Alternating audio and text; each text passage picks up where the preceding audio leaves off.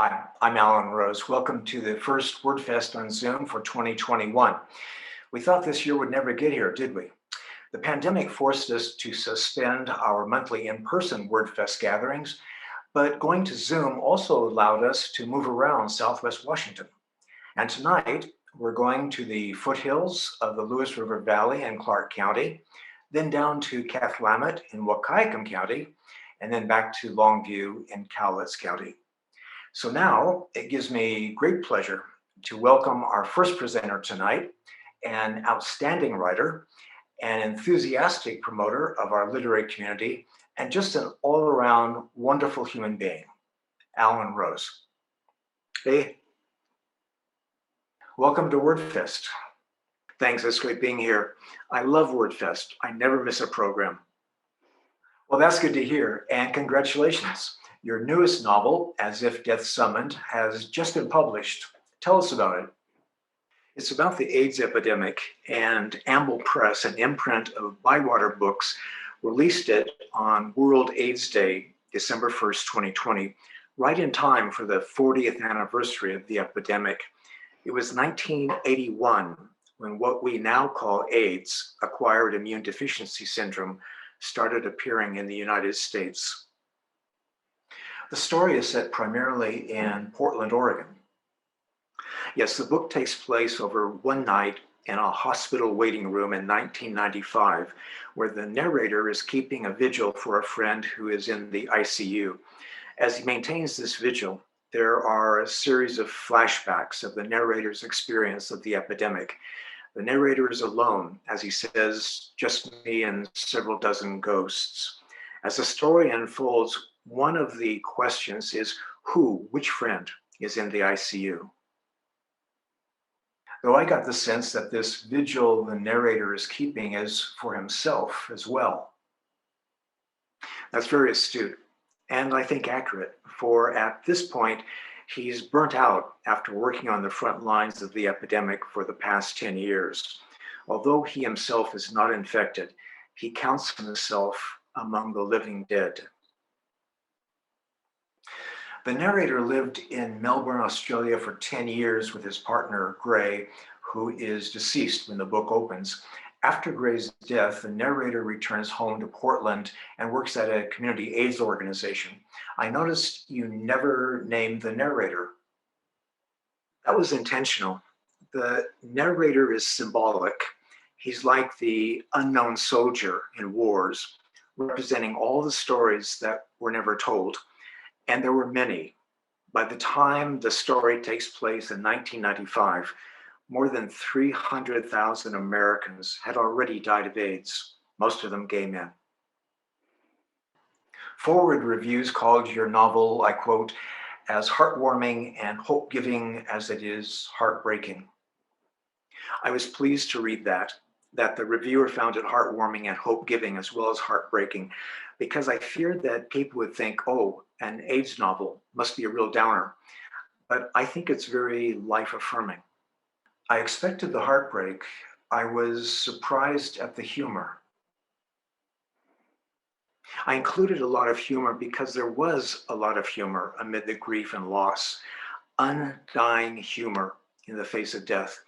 And I wanted to reflect that humor, that incredibly brave humor in the book. Some of the flashbacks take place in Australia, especially on the Bogong High Plains of Victoria. What is their significance? The Bogong High Plains is a vast plateau in northern Victoria, about 150 miles north of Melbourne. At 6,000 feet, they were sacred to the Aboriginal people of Australia. They become a kind of additional character in the novel, representing the mystical, the mysterious, the sacred in human existence, which Gray is keenly sensitive to, while the narrator is more of a rational skeptic. There's a sub-theme winding through your book about an actual event in Australian history called the Mount Bogong Tragedy. Tell us about that. In 1936, 3 skiers attempted to cross the high plains in winter. They were caught in a blizzard that lasted a week. 2 survived the ordeal, but one of the men, Cleve Cole, died. In the book, his spirit continues to wander lost over the high plains, and the narrator comes to identify with Cleve Cole that he too is lost in a kind of blizzard, unable to find his way out, that he too is dying in the blizzard of the AIDS epidemic. You have an early chapter where you introduce Gray, the narrator's deceased partner, and the Bogong High Plains. Would you read that? Sure. I just happen to have a copy of the book with me. The Bogong High Plains held some mystical affinity for Gray. They evoked in him a deep sense of the holy he found nowhere else. It was on these plains he felt his own spiritual connection to the earth. It was here he entered the dream time. The two of us sat next to the campfire, he staring into the flames as I read my book. He'd always enjoyed campfires. The flickering, dancing, waving lights beckoned him, producing mild trance states where his imagination and memories wandered hand in hand. Although he had become a barrister like his father and grandfather, at heart, Gray was a romantic. To the Aboriginal peoples, these plains were sacred. The statement came out of nowhere, apropos of nothing but his flame-lit reveries. I looked up from my book. To the Aboriginal peoples, the entire earth was sacred, I reminded him. They dwelled in a sacred universe. Yes, I know, but some places are special, he insisted. What, like they're sacreder? Some places remind us that everything is sacred. This affinity related to an experience he'd had as a young boy. Each summer, he and his brothers accompanied their father camping on this vast plateau in northern Victoria. His father said it was how he got away, far from the madding crowd. Your mother didn't go along? I'd asked. Mother was the madding crowd. Besides, she detested camping, considered anything beyond Melbourne city limits the outback and not fit for human habitation. Gray and I would go up there several times a year, staying at a favorite secluded camping spot from which we hiked and backpacked in spring and early summer and skied cross-country in winter. I didn't share his attraction to the high plains. To me, they were bleak, barren, and unwelcoming, a vast empty landscape, 50% heath and scrub brush, 25% grasslands, scraggly trees here and there, the rest rocky outcroppings. I found them scruffy and desolate. I've always preferred mountains, admittedly not abundant in Australia, and put our difference in landscape preferences down to my growing up in the Pacific Northwest, with the Cascade Peaks always in view. Gray thought it had more to do with our sun signs. You're Capricorn, he'd say, Earth sign, the goat. So yeah, you're drawn to mountains. I'm Aquarius. What's Aquarius drawn to? Scrubrush? Air sign. And he'd raise his hands and eyes overhead. Sky, infinitude, the eternal. He'd been brought up in the Anglican church, so he was not particularly religious. The high church tradition offered pomp and pageantry and exquisite liturgical music. But as to the human history and the mystical, Gray turned to what he called his Aboriginal roots, the land. He was staring again into the fire. Maybe the indigenous people didn't express it conceptually like we do, but they sensed it. I sense it. Sense what? These plains are haunted. By then I'd heard the folklore that Cleve Cole's restless spirit wandered this land. You mean haunted as in ghosts? I asked. I mean haunted as in holy. Every people in every place in every period of human history have believed that certain locations, mountains and volcanoes, deserts, forests, springs, and watering holes were repositories of special energies holding special powers. I remain a skeptic on the subject, intrigued, intellectually curious, but skeptical. Gray, however, was a believer. Though questioning, even cynical about so much else, politics, the law, his mother's artificially youthful appearance, He was a believer in the sacredness of these plains. "This is where I want my ashes spread," he said on that occasion. "This is where I belong." He'd just been diagnosed that week with AIDS, and hearing his words unnerved me. "We've got plenty of time to talk about that," I said. And without commenting further, I returned to my book, and he returned to his fire reveries. It turned out we had less time than we thought.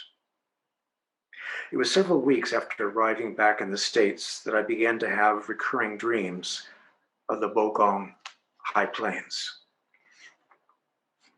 Dreams figure importantly in the story. The book plays with the reader, asking amid the dreams, in the imagination and memories of the narrator, what's real and what's not. Yes, in fact, the book opens with the famous fable of Zhuangzi. Of course, the famous fable of Zhuangzi. Remind us again? Zhuangzi was a great philosopher who lived in 4th century China before the Christian era. The fable goes, there once was a Chinese philosopher who dreamt he was a butterfly. The dream was so real that he wondered whether it had been a dream, or was he a butterfly, now dreaming he was a Chinese philosopher. It's how I open the book, and I use it again about midway, where Gray and the narrator are having a conversation on the Bogong High Plains about the nature of reality and what's real. Would you read that for us? Sure. Gray and the narrator are sitting around the campfire eating their evening meal. Also, throughout the book, they have this ongoing game between themselves where one quotes a piece of poetry and the other tries guessing the poet. "Once upon a time, Gray told me a fable. It was autumn, the land sere and dry, the evening quickly chilling as we had our evening meal next to the campfire. It went like this. There once was a Chinese philosopher." "Which part of China?" "What? China's a big place. Which province did he come from?" "It's a fable. Does that matter? I like to know these things." "He was from Hangzhou. You made that up. Anyway, there once was this Chinese philosopher. Any particular school?" "What do you mean, particular school?" "Ancient China had a number of different schools of thought. Confucianism, Taoism, Chan Buddhism. He had an online degree." "Oh, one of those schools." "So this Chinese philosopher, he once dreamt that he was a butterfly. And no, I don't know what kind of butterfly." "Too bad. It would have added authenticity to the story." "Okay, he dreamt he was a monarch butterfly." "I didn't know they had monarch butterflies in China." "The butterfly was visiting, so he wasn't a real Chinese butterfly." "No, but the philosopher was a real Chinese philosopher with a wonky degree." "Do you want to hear this fable or not?" "All ears. Shoot." "So this Chinese philosopher with a wonky degree from Hangzhou dreamt he was a monarch butterfly visiting China on a tourist visa." I appreciate the details. They make the story more interesting. I realize you're a concrete thinker. "The dream was so real," must have been at the REM stage of sleep. "The dream was so real, and this is the important part, he couldn't tell whether he was a Chinese philosopher who dreamt he was a butterfly, or was actually a butterfly, now dreaming he was a Chinese philosopher." Gray exhaled. He seemed relieved the telling was finished. "That's it? That's the whole fable?" He shook his head. "I'm sorry I bothered," and resumed eating. "No, it was okay, though it didn't have much of a narrative arc. And the character of the Chinese philosopher was kind of one-dimensional. He could have been developed a bit more, just past the tobacco sauce. Here, so what's the point of the fable?" "The point?" Gray put down the bottle and recited, "All that we see and seem is a dream within a dream." Edgar Allan Poe, really deep. And I recited it back. "Something unknown is doing we don't know what." He creased his brow. "Who said that?" "Sir Arthur Eddington. His explanation for how the universe works." Eddington was a poet, physicist. All physicists are poets. They just use mathematics instead of words. I call foul. Gray handed back the Tabasco sauce. The fable suggests we can never be sure of who we are. Well, at least I'm sure I'm not a butterfly. Pretty sure. Philosophers have been trying to answer that question for thousands of years. Whether we're really butterflies? No. What's real? Descartes set out to doubt everything he could, to take nothing for granted until he found that which he could not doubt. Descartes, he that I think therefore I am guy? Right, cogito ergo sum. He eliminated everything down to the one thing he couldn't doubt, that he was thinking. And if he was thinking, then he must be real. But he assumed he was thinking. Huh? I'm saying maybe he stopped doubting a step too soon. He could have been hallucinating or merely dreaming that he was thinking. Gray considered this.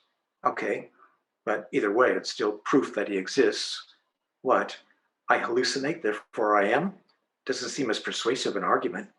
The question is, how do you really know what's real? Whether you're a philosopher dreaming he's a butterfly, or a butterfly dreaming he's a philosopher. Are those the only two choices?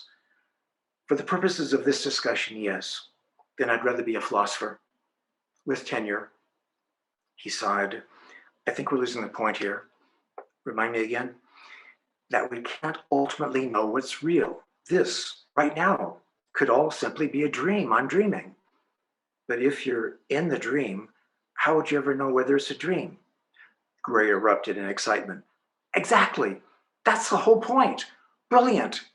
I stared at him. I think I missed the brilliant point I just made.